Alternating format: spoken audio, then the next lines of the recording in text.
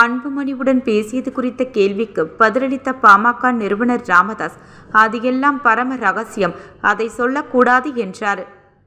ஆழ்வார்பேட்டையில் பாமக நிறுவனர் ராமதாஸ் நிருபரிடம் கூறுகையில், நான் சொல்வதற்கு முக்கியமான செய்திகள் ஏதுமில்லை. அது மட்டுமில்ல, நல்ல செய்திகள் உங்கள் வாழ்த்துக்களுடன் விரைவில் வரும். நீங்களும் நானும் காத்திருக்கலாம். இதுவரை 25 வியாழக்கிழமை நிருபர்களை சந்தித்து இருக்கிறேன். அரசியலுக்கு வயது கிடையாது. கருணாநிதி 94 வயது வரைக்கும் சக்கர நாற்காலியில் இருந்தபடியே முதல்வராக இருந்தார். மலேசியாவில் 92 வயதுடைய மகாதிர் பிரதமராக இருந்தார். இதனால் அரசியலுக்கு வயது கிடையாது. அது வெறும் நம்பர். விரைவில் நல்ல செய்தி வரும். ஆனால் எங்கிருந்து வரும் என்று எனக்கு தெரியாது.